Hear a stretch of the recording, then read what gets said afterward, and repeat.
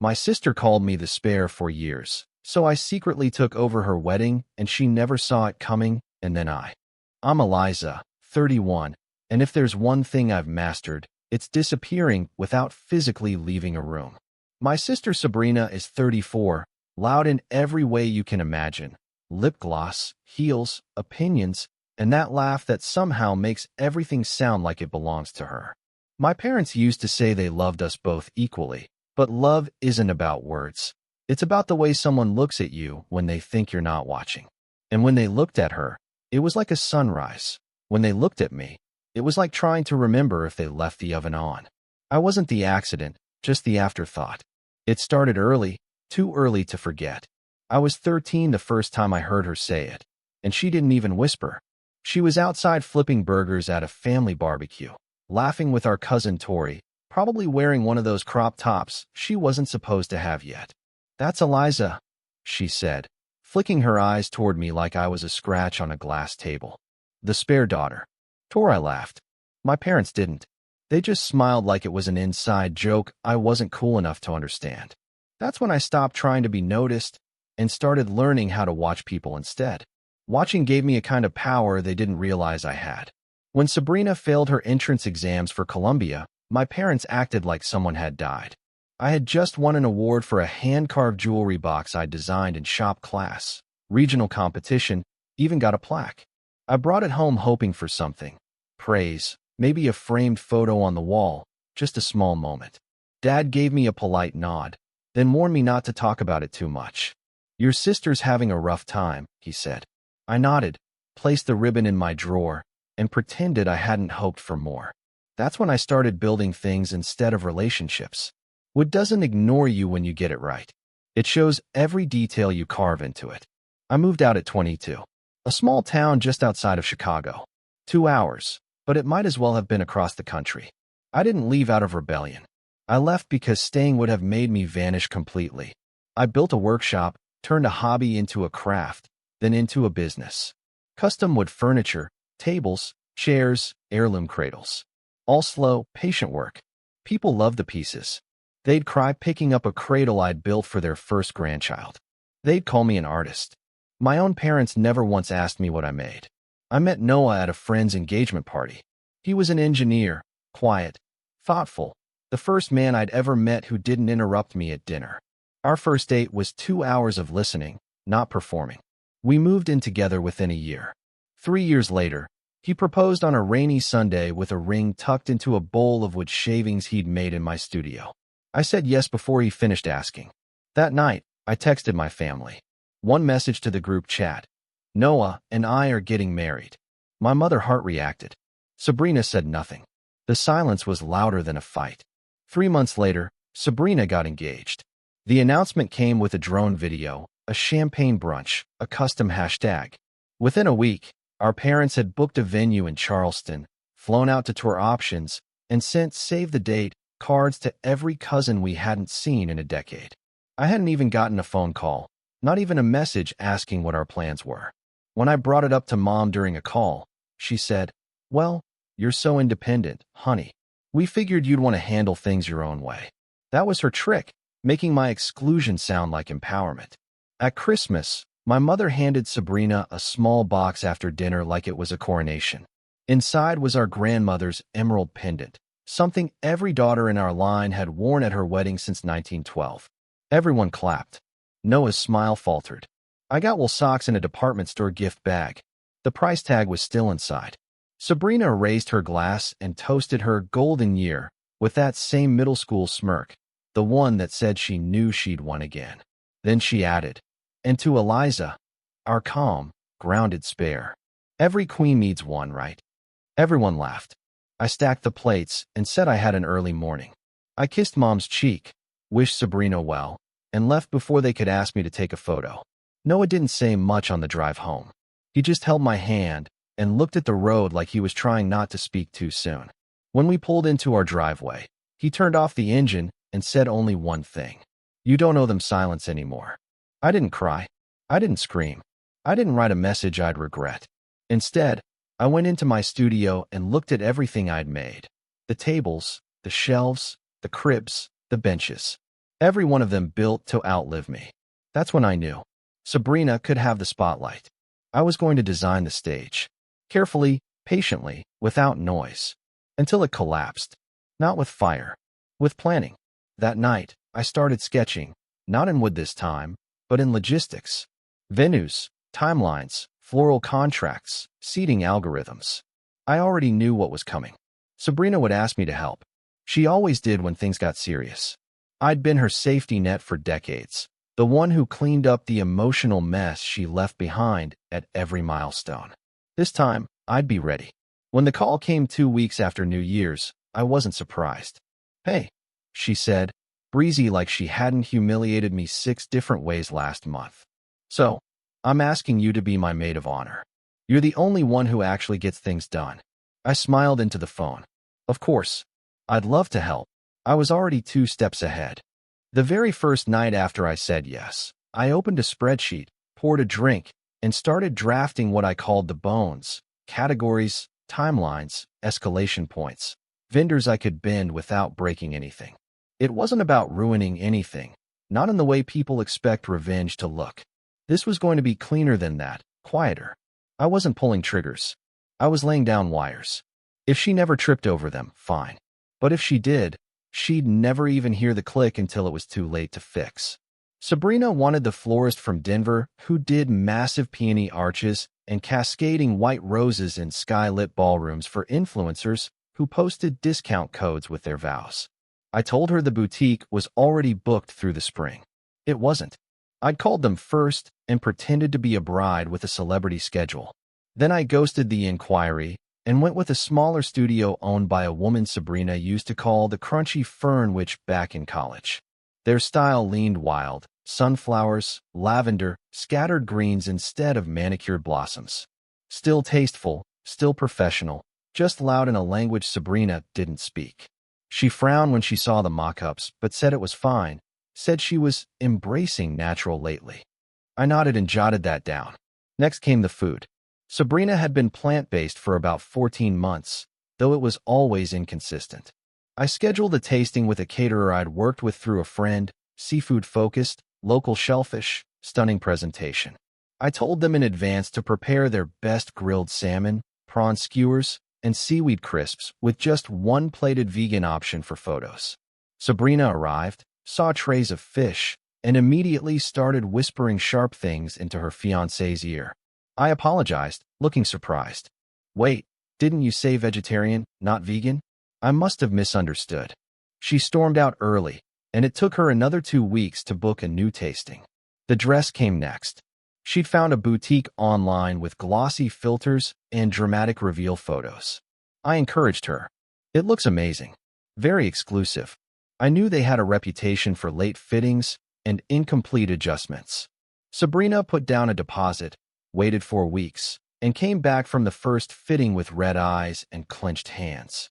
The bust didn't align, the sleeves weren't finished, and she'd already paid extra for alterations. I offered to call and help smooth it out, but she said no. She didn't trust anyone else now. That was fine with me. When the engagement shoot happened, she told everyone the color scheme was soft blushes and barely there lilacs. I showed up in a tailored ivory jumpsuit, not bridal white, but close enough that it would ruin any group shot where we stood side by side. She smiled too hard and didn't post the full album, only cropped singles. I noticed the difference. Later that night, she texted me a single punctuation mark, a period. I sent a thumbs up in return and never mentioned it again. At brunch with our mother, she made another joke about how dependable I was. "Eliza's the calm one," she said, sipping her champagne. "The one who never gets in the way." I smiled slowly, picked up my coffee, and replied, "Every queen needs one." My mother chuckled, but she stopped mid-laugh when she saw Sabrina's face stiffen. When the engagement party rolled around, I knew this was where the real shift had to happen. I gave a toast, not too long, not too short, just enough to make it feel polished but unscripted. I told a story about how Sabrina always had a way of taking up a room without ever asking for permission, and how I used to think my job was to stay out of the way. "But honestly," I said, raising my glass, "some people are made to shine, and others are made to keep the lights on." People laughed. Some clapped. Sabrina's fiancé beamed and kissed her cheek. But I watched her jaw twitch under her smile. Before the party, I had spoken to the event coordinator and explained that Sabrina wanted to focus on the broader strokes, so all questions should come through me. I signed the contract under my business account, which meant technically, Sabrina didn't even hold the reservation. When she asked about adding a few guests, I told her we'd have to check with the hosting name on file. "Who's on file?" she asked. I handed her a drink and said, "I'll double check." That week, I sent out invitations to a few people she hadn't added to the list. Our father's daughter from his first marriage, Ava, the one Sabrina always said was trying too hard to be included. I gave Ava a seat near the front and included her in all the RSVP messages. She responded with a thank you note that I forwarded to our mom, just to keep the circulation clean. By now, I was handling almost everything. Vendors emailed me first. The photographer called me to confirm timelines. Sabrina couldn't even get through to the linen company without being told to loop in Eliza. Her voice started cracking more often during phone calls. She began double-checking everything, asking twice for receipts she already had. But I never let her fall fully. That would have ruined the illusion.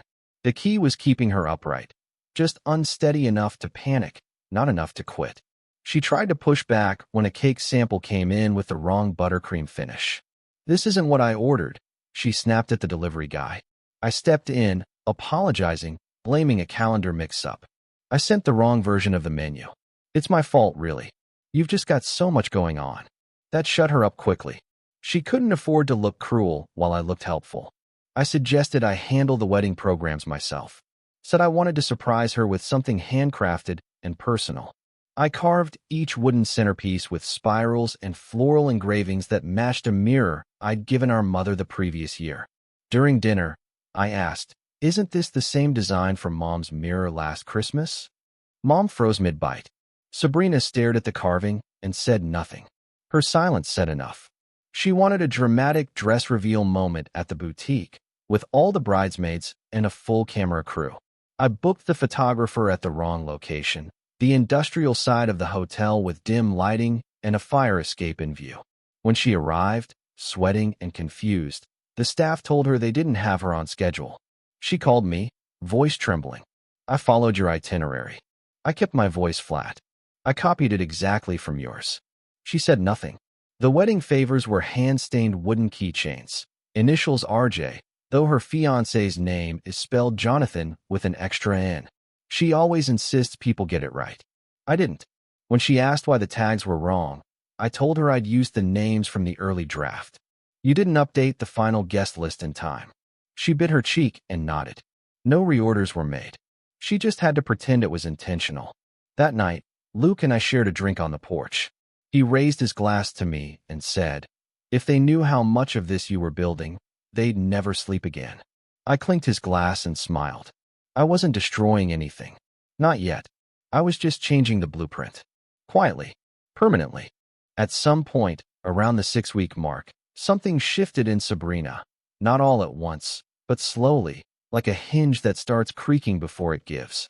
She stopped trying to coordinate things herself and started forwarding every decision directly to me with vague instructions like, "You know what I like," or "Make it feel high-end."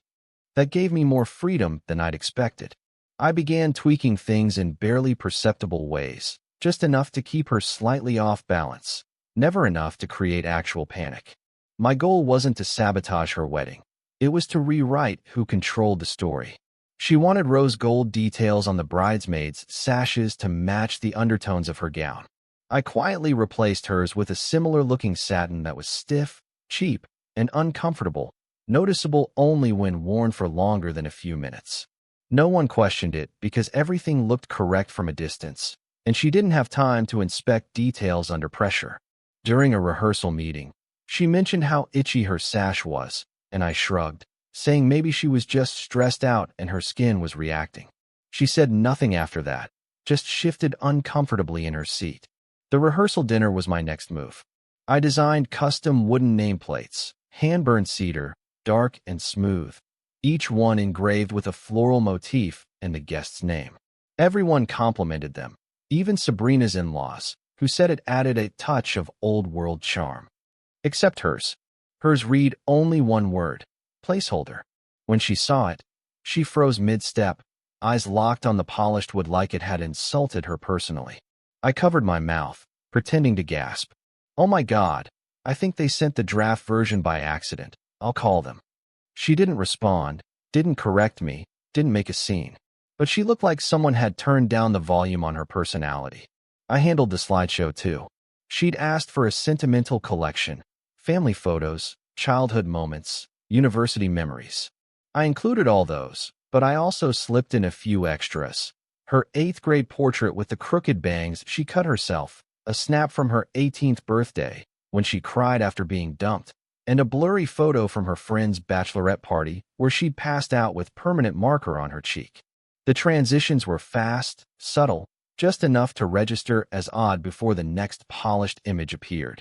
She didn't say anything that night, but I caught her staring at the ceiling in the hotel suite while her fiancé tried to joke about the marker photo.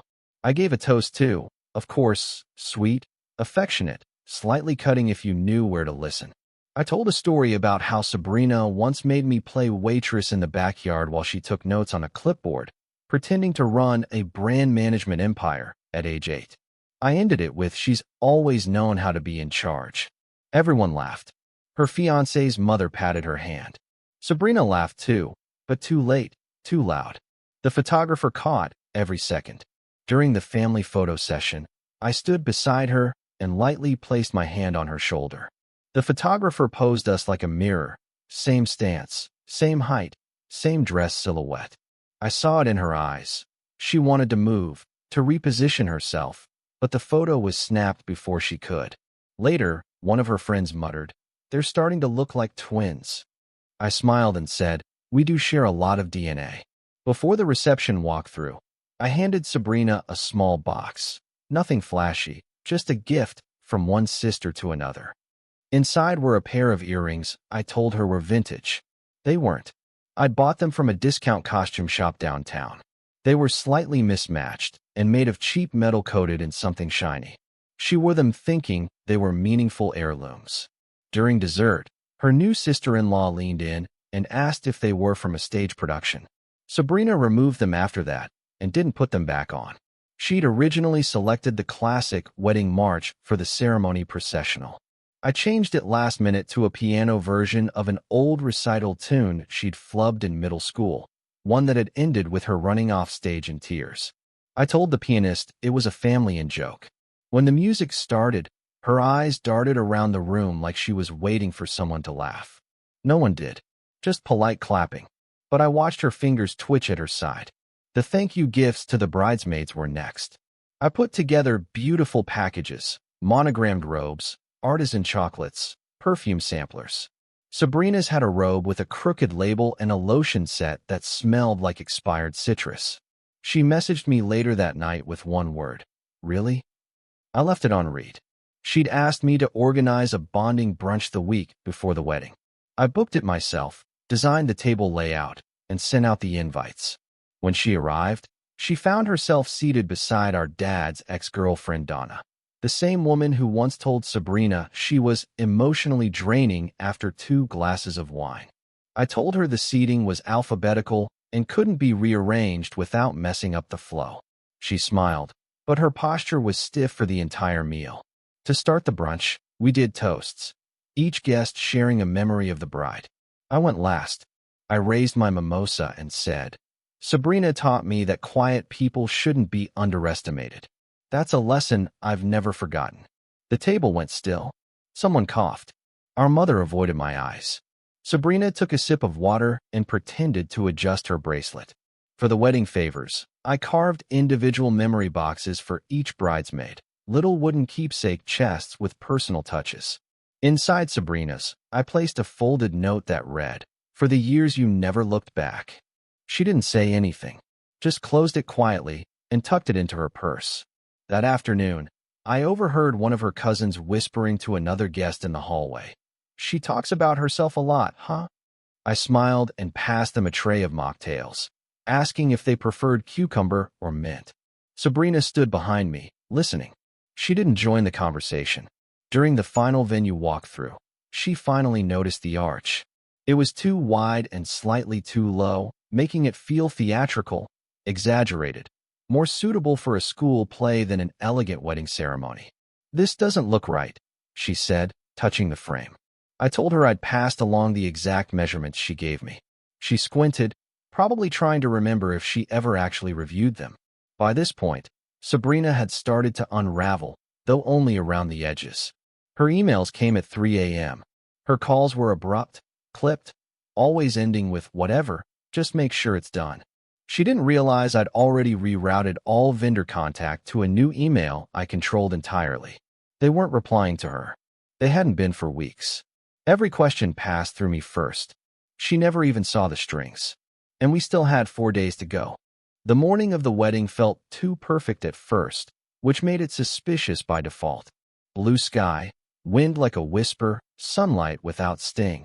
Exactly the kind of weather Sabrina always imagined for herself when she used to describe her dream day to anyone bored enough to listen. Inside the bridal suite, however, it didn't take long for the perfect weather to feel like a lie told by the universe before a punchline. The air conditioning had mysteriously failed overnight, or at least that's what the hotel staff said. In truth, I had opened the main vent hours earlier and left the door slightly cracked, knowing full well the system would overcompensate and shut down completely by sunrise. By the time Sabrina arrived with her hair pinned and her face half prepped, the room felt like a sauna wrapped in perfume. I passed around cooling towels soaked in eucalyptus oil. Everyone got one except her. When she reached for one, I smiled and said gently, "I wasn't sure what oils you're using on your skin right now. Didn't want to risk a reaction." She nodded, lips tight, and sat near the window, fanning herself with a program from the table. The makeup artist arrived late, not by accident. I'd messaged her a fabricated update about a time change, claiming Sabrina wanted to move the session an hour later to accommodate new hair logistics. By the time the artist walked in, the bridesmaids were already snapping selfies with their finished looks, while Sabrina still had half her foundation melting under the soft blur of heat and nerves. I offered her water with lemon and left it on the vanity beside her untouched. The aisle runner had been one of her earliest must-haves, champagne velvet, plush enough to feel expensive underfoot. I'd sourced one that looked identical in photos but had a slightly raised weave, enough to catch a heel without appearing defective. I didn't trip her, not literally. But when she walked down that aisle, bouquet trembling slightly, her left heel snagged just enough to make every guest inhale and hold it. The stumble lasted a single second, but the click of the photographer's shutter caught it perfectly. The vows were next, and this was the moment I had rehearsed in silence more than anything else. I'd encouraged her to write her own vows months earlier, calling it intimate and modern. She agreed, not realizing I already knew how her nerves responded to spotlighted sincerity. Her fiancé, Jonathan, had been overwhelmed with logistics and work, so I offered to help him draft something clean, classic, emotionally accessible. He emailed me his first draft, and I rewrote half of it without telling him, just enough polish to make it land with precision. On the day, he read them clearly, confidently, voice steady, even charming. "You ground me with your fire," he said at the end, and the audience let out a collective exhale. Sabrina went next. She held her cue card like it was burning through her palm. Her voice cracked once, then again. She skipped a line, laughed nervously, picked up a broken sentence, and pushed through it. The final paragraph, she rushed like it might outrun her own mouth. The applause was kind but softer. I didn't need to smile. I just lowered my head like I was overwhelmed with emotion. Cocktail hour brought its own quiet correction. I had switched the final seating chart the night before using a reprinted version delivered directly to the coordinator, who never questioned my authority. Sabrina had planned to sit between her fiancé's sister and one of her favorite cousins, people who adored her and flattered her naturally. Instead, she ended up wedged between two of Jonathan's great aunts, who didn't understand the QR-coded drink menu and asked her 5 separate times what bitters meant. Meanwhile, I sat beside the sister, and we discussed music, modernist furniture, and eco-conscious design until she followed me on Instagram before dessert. Then came the reception speeches. I had rehearsed mine privately, not with Luke, not even aloud. Just in the back of my mind during long sanding sessions or late-night blueprint sketches. I took the mic second to last, just before the best man, and waited for the room to settle. I've known Sabrina my entire life, I began, which means I've watched her shape the air around her since the day I could understand what presence meant. People leaned in. I let the words come slowly, not from bitterness, but with that calm authority she had never quite learned how to fake. She's taught me how to hold steady when things fall apart, how to lead even when it feels like you're following, how to find quiet in places most people never even notice. Laughter, nods, soft murmurs, and most of all, she's shown me what it means to take up space so fiercely that even shadows learn how to stand taller. Applause erupted. Someone whistled. A few people stood. Sabrina clapped too, but it was delayed, offbeat, and her smile didn't reach her eyes. She disappeared for 10 minutes after the final toast. When she returned, her makeup was slightly uneven, the eyeliner redone but not quite symmetrical. She didn't say a word, just sat at her table and sipped water, gaze sweeping the room without landing on anything. The sparkler send-off was the final image of the night. Guests lined up in a corridor of warm light, cheering as the couple prepared for their exit. I was the one handing out the sparklers, of course. I saved the dead one for Sabrina. Just a dud, perfectly legal, indistinguishable from the rest until it fizzled in her hand. She tried to relight it once, twice. I stepped forward and whispered, "Let me try," then stepped back just as Jonathan tugged her gently toward the car. The crowd roared as they walked down the line. Everyone's faces lit with tiny flames except hers. As the car door closed and they disappeared into the dark, I stood at the front of the crowd with both hands raised in a wave, my grin wide. Unapologetic, intentional.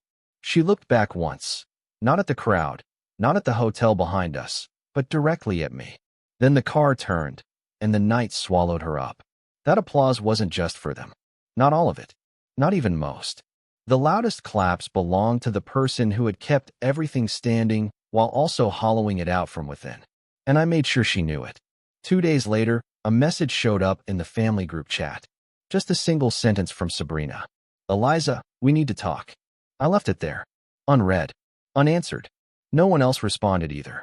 Sabrina never followed up on the group message, and I never opened it. It just sat there, a digital echo nobody acknowledged. A few days after the wedding, Jonathan sent me a private message.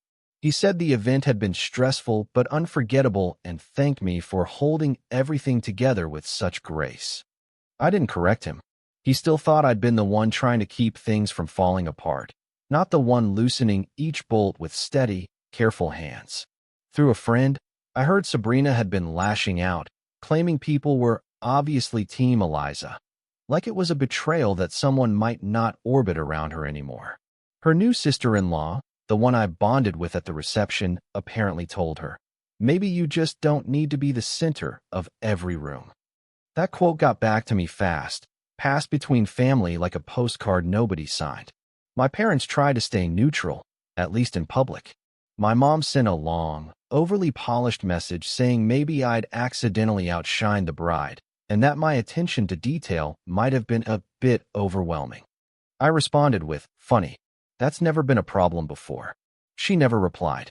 I packaged all the vendor files, every contract, every contact name, every updated password and invoice, and sent them in a neat, color-coded folder labeled Archive.